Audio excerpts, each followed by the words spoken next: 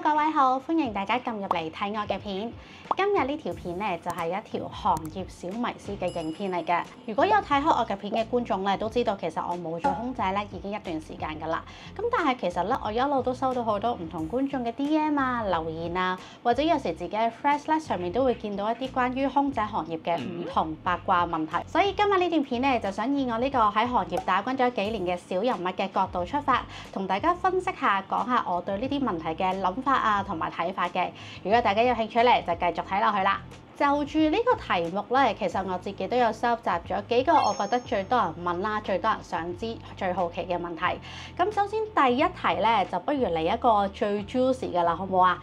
就係大家都會成日問，究竟呢個圈子係咪好淫亂啊？首先喺度咧，我想強調咗自己嘅睇法先，就係大家觀眾唔好再職業定型啦，因為大家可能有一個 assumption 啦，覺得呢一個圈子嘅人咧都係俾到一個咁嘅印象大家。咁但係其實大家跳翻出嚟諗，就算唔係做呢個職業嘅人，係咪就係冇呢啲人呢？其實會做呢啲嘢嘅人咧，係完全唔關職業事㗎，只不過可能係佢咁啱係做呢個職業，或者可能你身邊嘅唔係做呢個職業嘅，都發生緊同樣嘅事。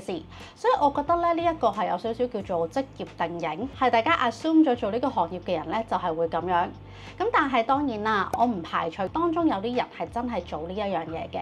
咁但係以我認識嘅人入邊咧，我又好似真係冇遇過，亦都冇見過。同埋如果大家對呢個行業有少少了解咧，都會知道其實我哋每一班機嘅同事啦，都係同唔同嘅人一齊飛嘅喎。你身邊嘅空姐、空少啦，或者可能係機師咧，都係完全唔同人嚟嘅喎。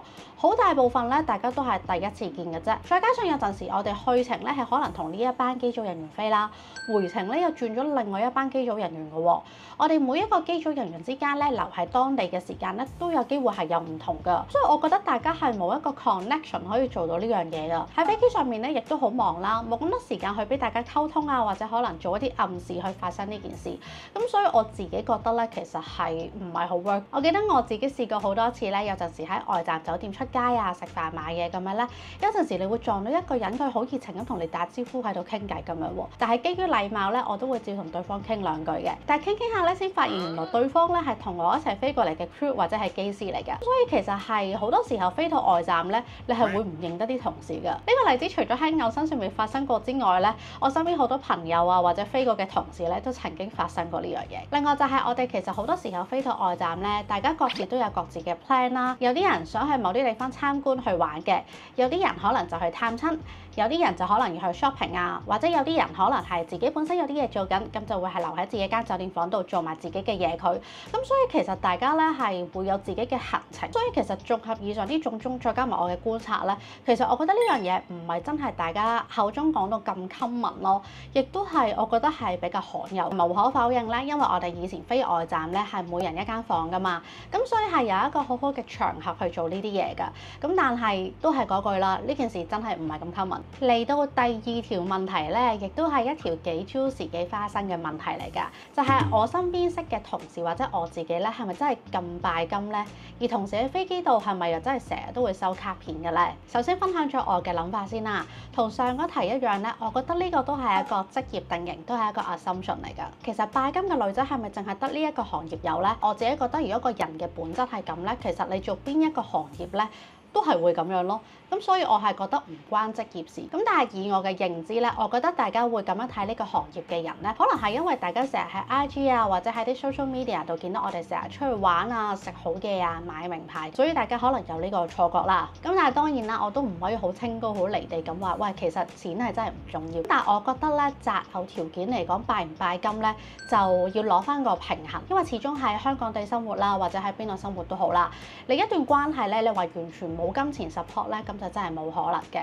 咁但係我覺得始終係要揾翻一啲價值觀比較相近啊，可能大家嘅背景啊，或者可能大家上進嗰個程度差唔多啦，咁先會叫做順暢啲咯。所以你話拜唔拜金咧，咁其實就睇你點樣定義拜金呢樣嘢啦。有啲人可能覺得呢個人月入5萬已經係哇好厲害，有啲人可能覺得呢個人月入50萬先叫勁嘅。所以我覺得拜唔拜金呢樣嘢咧係真係好個人嘅，係好 depends on 嗰個人嘅金錢觀啦、佢價值觀嘅問題咯。咁但係如果拜金係一個擇偶條件嘅話咧，咁我都尊重嘅，始終呢個都係佢個人嘅選擇。咁同埋你話拜金係咪咁容易咧？咁其實我覺得都唔係㗎。你拜金嘅同時，你都要用一定程度嘅錢去裝備自己啦，無論係外表啊、內涵都係。咁但係只可以講，我識嘅大部分人咧都唔係呢種人，大家都係好腳踏實地啊，好努力裝備自己。至於收卡片咧，咁其實喺飛機度咧係真係有發生過，喺我自己身上面咧都係有發生過㗎。咁但係大家會唔會覺得收卡片或者派卡片呢個動作背後可能隱藏住其他含義啦？但係咧我自己身上面遇到嘅咧，其實就冇話一啲好特別大嘅含義啦。因為始終其實我收完卡片之後咧，我都冇真係聯絡對方啦，或者出去做過任何嘢。咁但係派卡片同收卡片呢樣嘢咧，純粹喺飛機上面就可能佢見你冇乜嘢做啊，傾下偈嘅時候就派張卡片俾你話，我喺嗰度做緊啲咩㗎？你得閒就約我食飯。咁至於進一步咧，我自己冇出過去啦，亦都冇乜聽人有特別講過啦。咁所以喺我身上面咧就冇乜特別例子發生過啦。第三條問題咧就係都係非常之多人問，亦都好多人討論嘅咧，就係究竟成日飛係咪會成日撞鬼嘅咧？如果各位觀眾有睇我嘅 channel 睇得耐咧，都知我以前咧曾經係 upload 過一條關於我遇過嘅靈異事件。呢一條片咧，我仲前後拍咗上下2集，咁但係咧而家已經 delete 咗啦，係因為我記得我嗰陣 upload 嗰條片，咁樓下咧咪有啲 description box， 我記得我 up 片嗰陣咧係要 update 到個 description box 嘅，但係唔知點解過咗一排之後咧，嗰條片嘅 description box 嘅所有文字同內容咧都會離奇消失嘅喎，咁啊於是就喺我 update 咗好多次咧，都係咁樣。咁所以我覺得件事有少少怪怪地，最後咧我就 delete 咗嗰2條片啦。所以你話呢啲嘢係咪奇怪咧？咁我唔敢講啦。咁所以咧靈異事件呢樣嘢咧，我係有發生過嘅。咁但係經過上條片嘅經歷之後咧，我都唔打算分享太多啦。再嚟咧都係一個都幾多人問嘅問題，亦都好直接嘅，就係每個月揾幾多錢啊？究竟喺香港夠唔夠使啊？嗱，每個月揾幾多錢呢樣嘢咧，咁其實就係 depends on 你嘅年資啦，同埋你每個月嘅 roster 而定。我哋計人工嘅方法咧，除咗係你嘅 basic salary 之外咧，另外嗰部分咧就係好睇你每個月嘅 roster 你會飛去邊啦。我哋飛去唔同嘅城市、唔同嘅機場、住唔同嘅酒店，你個 pattern 長定短咧，都會直接影響到你嗰個月嘅收入㗎。咁所以我好難用一個實質嘅數字話俾你知，我每個月都係揾呢一個數。但係我只可以講嘅咧，就係你越飛得耐，你揾得越高，你嘅 title 越高，你揾嘅人工就越高咯。以我以前飛咗幾年嚟計啦，如果嗰個月嘅機可能係比較正常少少啦，平均都有大概2萬蚊港紙左右啦。咁但係我相信而家呢個數咧就未必適用㗎啦，因為據我所知，其實航空公司已經改咗好多酒店啦，改咗好多 pattern 啦。咁所以其實呢一個數咧都係俾大家參考下嘅啫。最 update 嘅數字咧我就唔係好清楚啦。大家可能就咁聽呢個數字都覺得人工都唔錯啊，唔係外界講到咁低啫。咁但係大家要留意翻喎，我哋除咗生活喺香港有一定嘅使費之外咧，你去到外地就算你唔出去玩，你唔出去買嘢，你都要食飯㗎嘛。咁所以我哋呢個人工咧已經係包埋我哋去到外地嘅使費㗎啦。而去到外地嘅使費咧，絕對唔係香港咁相宜㗎，因為可能你去到外地嘅餐廳食餐飯，你除咗要俾當地嘢食嘅錢之外啦，你仲要俾 tips 俾稅。其實咧出去食餐飯咧都可以好貴㗎。例如去美國咁樣出去食餐飯，閒閒地100幾200蚊港紙咧基本㗎啦。所以喺我嘅角度咧，我覺得人工相對嚟講咧都唔係真係咁高，而亦都唔係好夠用嘅。咁所以我都係因為呢個原因咧轉咗學啦。最後嚟到呢條問題咧，亦都有觀眾想知我哋以前飛長途機咧係點樣休息㗎喎？因為大家知道，如果由香港出發嘅航班咧，短則去台北咁計啦，可能個零鐘嘅啫。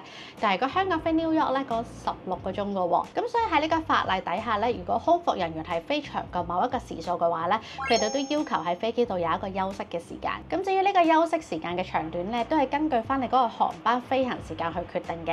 而以前我哋飛機休息嘅地方咧，個 location 咧我就唔講太詳細啦。咁但係咧，通常都係有一個好隱蔽嘅門啦。之後咧，大家會見到有一格一格床位喺上面㗎啦。咁啊，大家會有一個私人空間啦，拉埋個簾咧就喺嗰度休息㗎啦。咁但係咧，嗰一塊簾係唔隔音啦，亦都唔算好遮光㗎。同埋喺飛機瞓嘅時候，如果有氣流嘅話咧，咁啊會熬醒你啦。咁所以其實你話休息得係咪真係好好咧？咁都唔係嘅。咁但係就叫做有得唞下咁樣咯。呢段片嚟到呢度就差唔多啦。